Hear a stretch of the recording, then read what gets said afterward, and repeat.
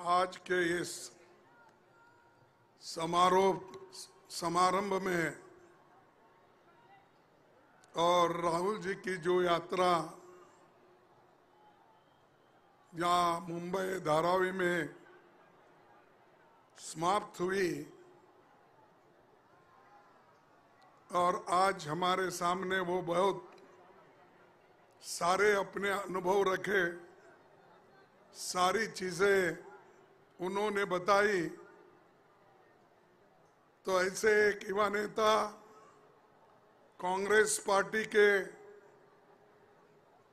एक हमारे नेता श्री राहुल गांधी जी, शरद पवार जी, उद्धव ठाकरे जी, स्टालिन जी, चंपाई सोरेन जी, कल्पना सोरेन जी, तेजस्वी यादव जी, फारूक अब्दुल्ला जी, महबूबा मुफ्ती जी, दीपांकर भट्टाचार्य जी और प्रकाश अंबेडकर जी, सौरभ भारद्वाज जी और रिप्रेजेंटेटिव्स जो हमारे सभी पार्टी के जो नेता और गठबंधन के सभी हमारे नेतागण और पार्लियामेंट के मेंबर्स,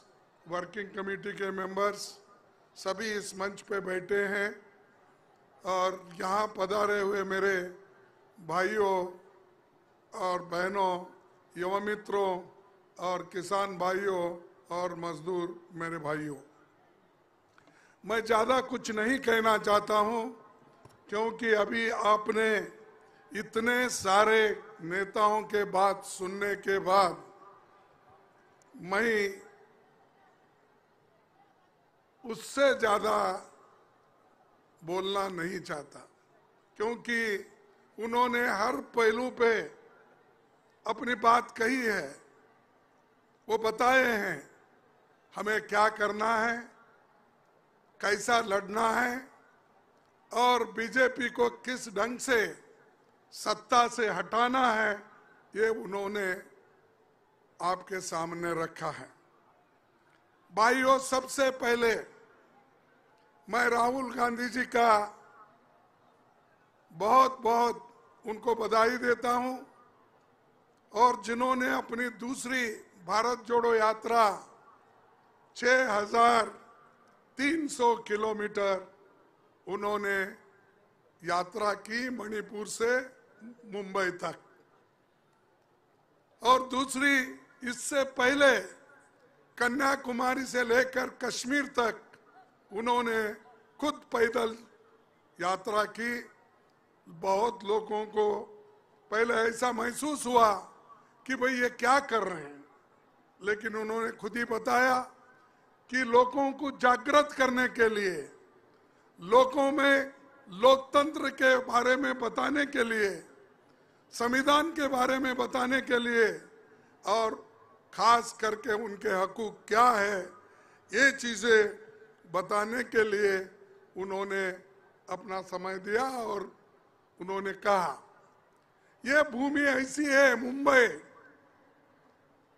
ये सबसे शक्तिशाली नगर है, पूरा भारत इधर देखता है क्योंकि सारा खजाना बॉम्बे में है, रिजर्व बैंक भी बॉम्बे में है और नेता लोग भी जो हमारे यहाँ पर जो जन्म लिए, जिनकी कर्मभूमि रही, छत्रपति शिवाजी महाराज हो और छत्रपति शाहू महाराज हो, महात्मा ज्योतिबा फुले हो, डॉक्टर बाबा साहब अम्बेडकर हो, ये सभी नेता यहीं पर जन्म लिए हैं और ये एक क्रांति वीरों की भूमि है।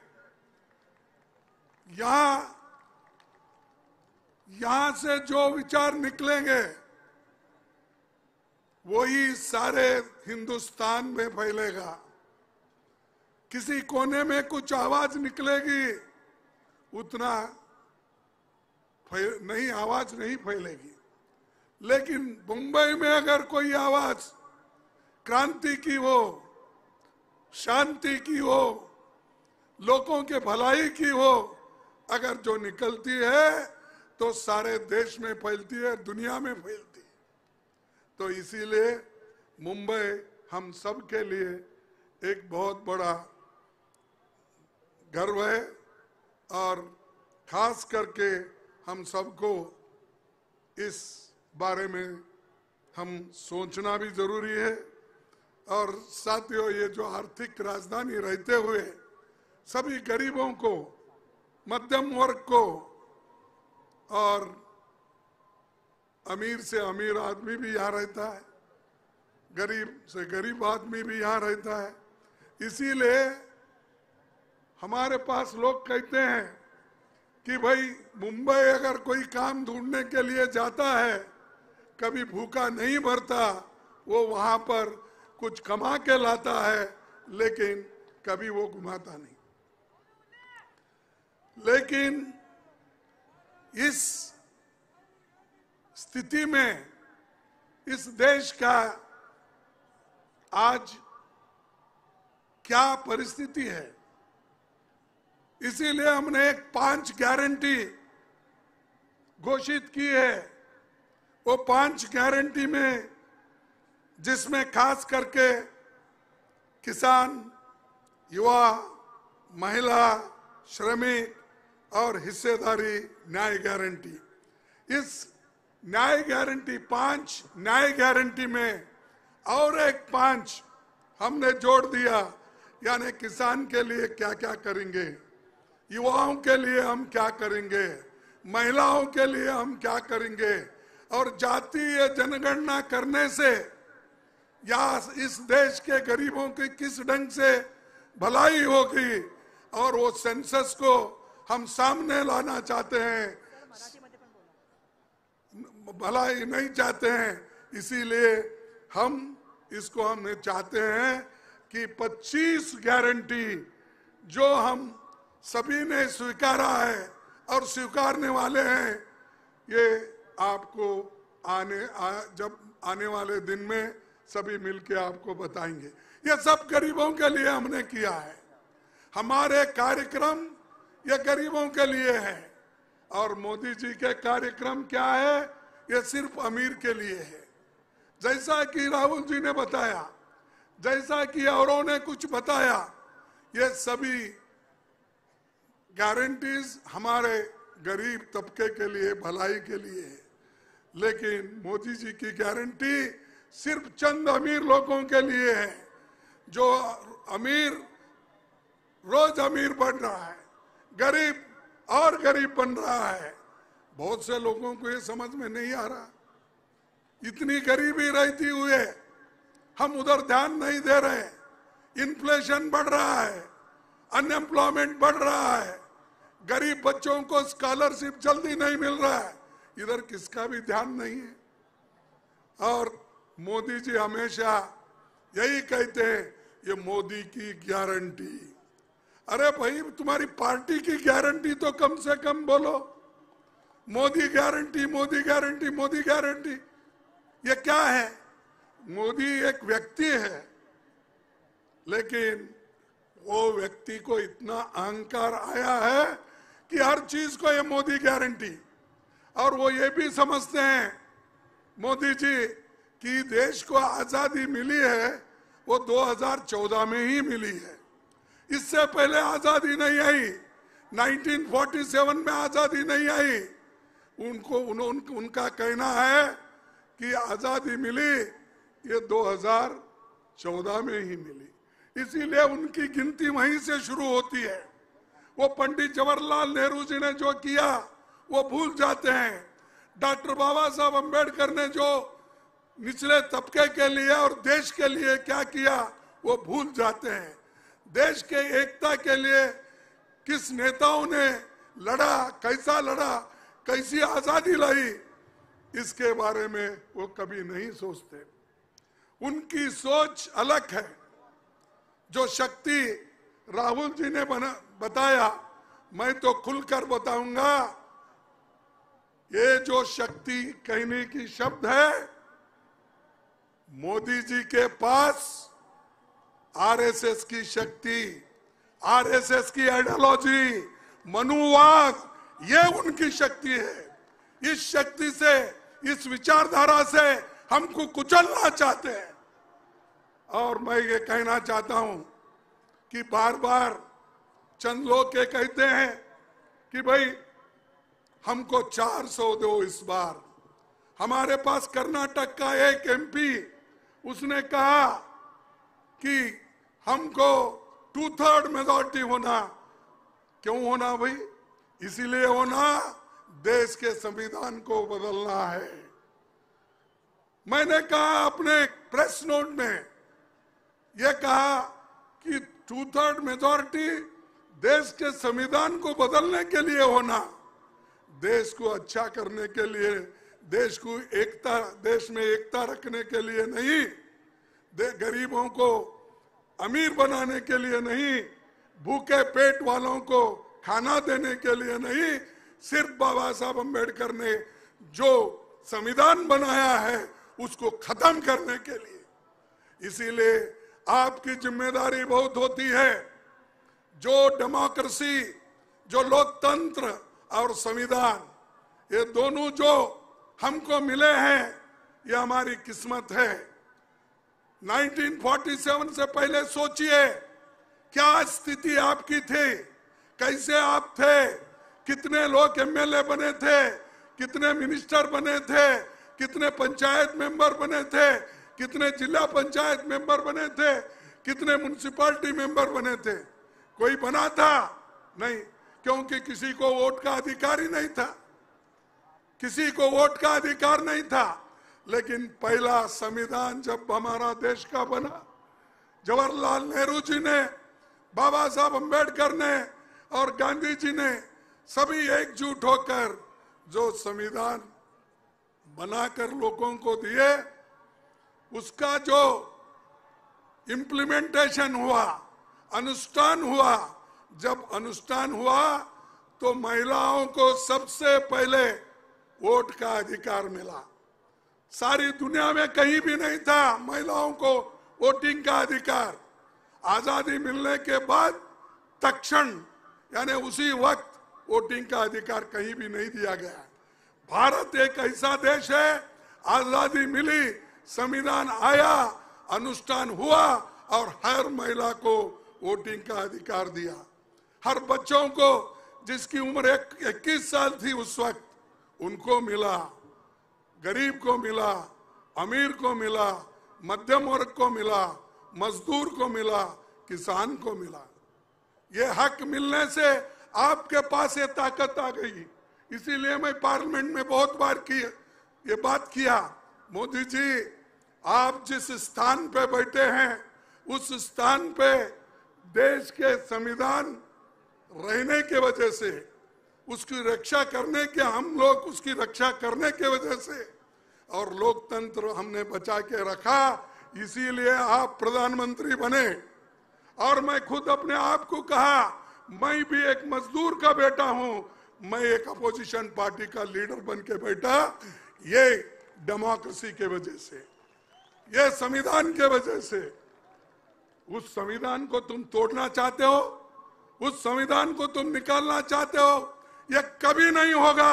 अगर होगा, इस देश में बहुत बड़ी क्रांति होगी और इसके पीछे सब लोग रहेंगे, इकट्ठा रहेंगे। अगर डेमोक्रेसी नहीं तो क्या करेंगे आप? वोटिंग पावर नहीं है तो आप क्या करने वाले हैं? आपको आजादी नहीं है, बोलने की आजादी नहीं है, तो आप क्या करेंगे? तो उसको बचाने के लिए, आप लोगों के हकूक को बचाने के लिए हम कोशिश कर रहे हैं। राहुल गांधी जी अपने लिए नहीं कर रहे, अपने लिए उन्होंने कुछ नहीं मांगा, लेकिन सुबह शाम उठते ही लोग, खासकर बीजेपी के लोग ये कहते हैं और मोदी जी भी ये कहते हैं, गांधी परिवार। अरे भाई, गांधी परिवार, जब राजीव गांधी 89 में राजीव गांधी प्राइम मिनिस्टर थे। उसके बाद मुझे बताइए मोदी जी, बीजेपी वाले, आरएसएस वाले, तुम बता दो गांधी परिवार से 89 के बाद कौन प्राइम मिनिस्टर बना, कौन मिनिस्टर बना, कौन डिप्टी चीफ मिनिस्टर बना, कौन बना बताइए। कहीं वो बैठे हैं किसी अधिकार पे है, फिर भी उनको नाम लेते ही है, गालियां देते ही। कितने गालियां देंगे भाई, कितने। और खुद तो इतने झूठ बोलते हैं। मैं तो इसलिए हमेशा बोलता हूं मोदी जी ये झूठों के सरदार है, क्योंकि 2 करोड़ नौकरियां मैं दूंगा। अगर मैं हुकूमत में आया या मेरी पार्टी आई, मैं प्रधानमंत्री बना, मैं हर एक को नौकरी दूंगा और 2-2 करोड़ नौकरी हर साल दूंगा। भाई 10 साल हो गए, कितने नौकरियां? 20 करोड़। 20 करोड़ नौकरियां आपको मिले, 15 लाख रुपए आपको मिले, किसान की आमदनी डबल करने का मिला, एमएसपी ज्यादा करने का मिला। पर ये सब नहीं मिला तो क्या मोदी झूठ है, क्या लोग झूठ है? आप बोलिए।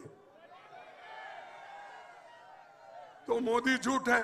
अगर मैं झूठों का सरदार बोले तो क्या गलत है? तो ये हमेशा। और एक बात, मोदी जी जो हमेशा इधर एक को हंसाते हैं, दूसरे को रुलाते हैं, ये उनकी पहले से आदत है। वो नहीं बोलता मैं। अरे भाई, ये तुम ऐसा मत बोलो, पॉकेट मार। पॉकेट में कितने पैसे रहते हैं? उसको तो 18,000 करोड़ रुपए बॉन्ड में मिल रहे हैं। तुम तो पॉकेट मार बोलते हैं। पॉकेट मार में बहुत हो गए तो 1,500 रुपए मिलेंगे। ये तो पूरा खजाना लूट रहे हैं ना। ये तो सुप्रीम कोर्ट बोला, ये हमने नहीं बोला कि उनको कितना पैसा मिला, हमको कितना पैसा मिला, दूसरे पार्टियों को कितना मिला। हमको तो 11% मिला। 50% ज्यादा बॉन्ड खरीद कर लोग उनको दिए। अब इसी के ऊपर आप समझ लीजिए मोदी जी कैसा करते हैं। मोदी जी हमेशा कहते हैं न खाऊंगा न खाने नहीं, न खाऊंगा न खाने नहीं दूंगा। लेकिन मेरा कहना है न खाऊंगा न खाने दूंगा जो बोलते हैं, तो तीसरा शब्द ये है न खाऊंगा न खाने दूंगा। लेकिन बड़े बड़े अमीर लोग जो हजारों करोड़ में बॉन्ड देते हैं, मैं गपचुप लूंगा। ये उनकी आदत है। और बाहर जाते, परसों ही मेरे कॉन्स्टिट्यूंसी को गए थे 3 दिन पहले गुलबर्गे में। ठीक, जाने दो, उनको जो संविधान उनको ये दिए है, क्या म्हणता त्याला, हाँ, उनको बोलते हैं ना, उनको फ्रीडम मिला है और फ्रीडम हमने ही दिलाया, तो उससे आजादी दिलाई। तो जाते रहते हैं, जाने दो। लेकिन मैं आपसे यही कहूंगा कि मोदी जी के दांत ये हाथी के जैसे हैं, दिखाने के अलग, खाने के अलग। इसीलिए आप लोग बड़े होशियार रहना चाहिए उनसे। और वो हमेशा हर एक को सता के अपने तरफ लेते हैं। अभी राहुल जी ने जिक्र किया एक आदमी का, और उन्होंने कहा, राहुल जी ने कहा कि हमारे नेता श्रीमती सोनिया गांधी जी के पास जाकर एक नेता ने रोया और रोकर कहा कि अब मेरे को छोड़ो, नहीं तो मेरे को फांसी लगाएंगे बीजेपी वाले।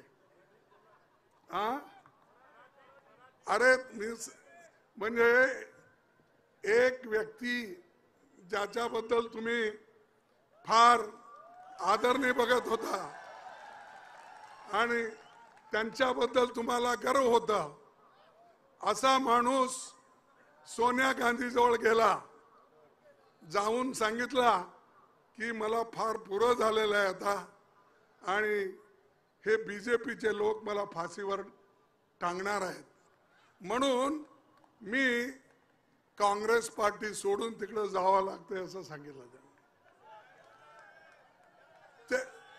लेकिन ते आणि त्याच्या पूर्वी माझ्याकडे आले, त्याच्या पूर्वीच ते मला भेटले, भेटल्यानंतर नाही मला फार बीजेपीने तंग केलंय। काय तंग केलंय? नाही मला रोज ईडी, इन्कम टॅक्स हे लोक आणि दुसरे केसामध्ये मला टाकून मला फार परेशान केलेलं आहे। अरे तुम्ही लढायचं आहे, परेशान केला म्हणून तुम्ही आपलं तत्व, आपली नीती सोडून जाणार काय? मग ते म्हणाले काय करायचं आता, जीवच चाललंय, काय करायचं म्हणलं। अरे जीव जाताय म्हणून तुम्ही तत्व सोडता, जीव जाताय म्हणून घर सोडता, जीव जाताय म्हणून पार्टी सोडता, जीव जाताय म्हणून देश सोडता, लढत नाही का देशासाठी, पक्षासाठी? त्यांना काही नाही, जायचं होतं ते गेले, त्याच्या पाठीमागे काही लोक गेले, ते लोक जाणारेही आहेत, आणणारे। हे आयाराम गयाराम फार दिवसापासून चाललेला आहे, तसंच त्याच्यामध्ये हे सुद्धा आहेत, त्याच्याबद्दल मी जास्त बोलत नाही। आणि मला एकच बोलायचं आहे की देशाचं संविधान बदलण्यासाठी हे सगळं चाललेलं आहे आणि संविधान एक वेळेला बदललं, आम्ही तुम्ही कोणी राहणार नाही, पुन्हा ह्या देशात गुलामगिरी येईल, आम्ही इंडिपेंडेंट राहणार नाही। कारण हे मोदी सारखे लोक आले तर निश्चित हे समजा की या देशात पुन्हा इलेक्शन होणार नाही। हे लास्ट इलेक्शन समजा तुम्ही।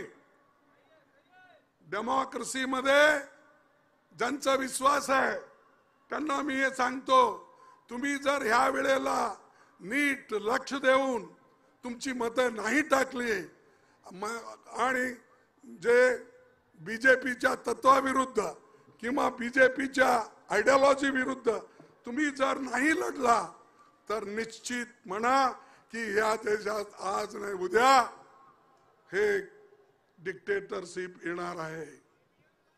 कारण हे नुसतं ईव्हीएम नाही, त्याच्या पाठीमागे दुसरे लोक आहेत।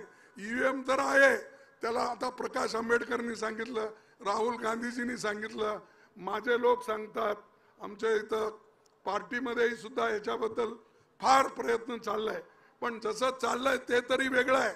अरे ईव्हीएमची लढाई तुम्ही कराव म्हणजे जास्तीत जास्त मतं तुम्ही घालायलाच पाहिजे, जास्त मतं घातला तरच तुम्ही जिंकता, नाहीतर याचं ईव्हीएम ते ईएम हे सगळं काम करते। त्याच्यासाठी तुम्ही मजबूत व्हा। आणि आम्ही तर म्हणलो व्हीव्हीपॅट सगळे आपण त्याचं मोजणी करायचं, तर तेवढं केल्यानंतर सुद्धा आम्हाला सांगायचं आहे की त्यांना की एक तरफ व्हीव्हीपॅटचा सूद आहे, पण तुम्ही करता कशासाठी? जिंकून येण्यासाठी। जिंकणं एक गोष्ट वेगळी आहे, पण देश चालवणं, लोकांना बघणं आणि देशात शांती राहणं, टिकणं, प्रेमाने वागणं हे एक दुसरी चीज आहे। त्यासाठी मला सांगायचं आहे तुम्हाला की जे राहुलजी भारत जोडो यात्रा केले, भारत जोडो न्याय यात्रा केले, आणि आता आम्ही गॅरंटी जे मी तुम्हाला सांगतो हे निश्चित रूपाने आमचं जर गव्हर्नमेंट आली, इंडिया गव्हर्नमेंट आली, निश्चित रूप आम्ही सगळे गॅरंटी इम्प्लिमेंट करणार आहोत। हे सगळे गरिबासाठी आहेत, हे कोणत्या श्रीमंतासाठी नाही। आणि आम्ही हे ऑलरेडी इम्प्लिमेंट केलंय. कर्नाटकामध्ये आम्ही 5 गॅरंटी दिलो, काँग्रेस पार्टी तिथे इम्प्लिमेंट करून दाखवली. तेलंगणामध्ये 5 गॅरंटी 6 गॅरंटी दिले, तेही आम्ही इम्प्लिमेंट करून दाखवलो. आम्ही जे सांगतो ते करतो. त्यासाठी तुम्ही सगळे मिळून एक होऊन आम्हाला मदत करा. आणि हे बघा, बीजेपीचे लोक पळून जातील. आज काही लोक काँग्रेसचा झेंडा सोडले, शिवसेनेचं सोडले असतील, एनसीपीचे सोडून गेले.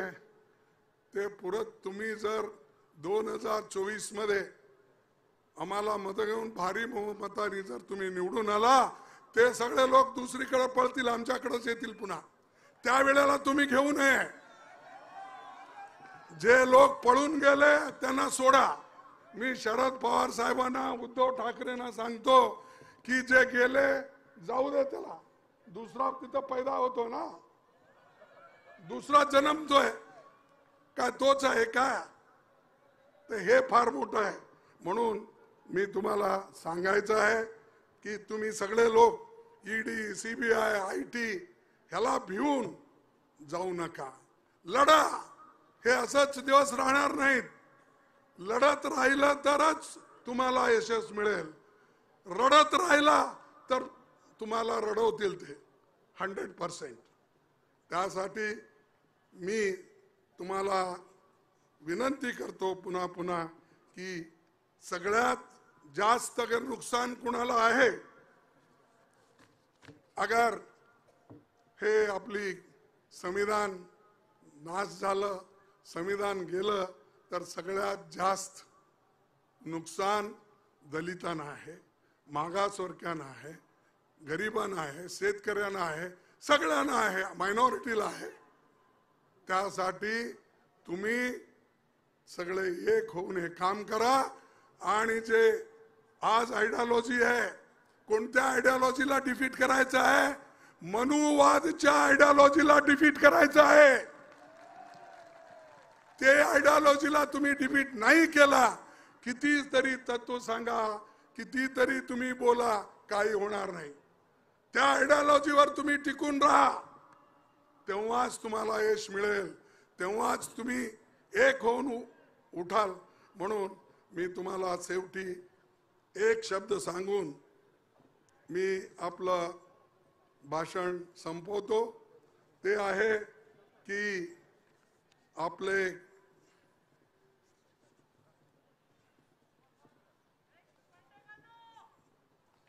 हॅलो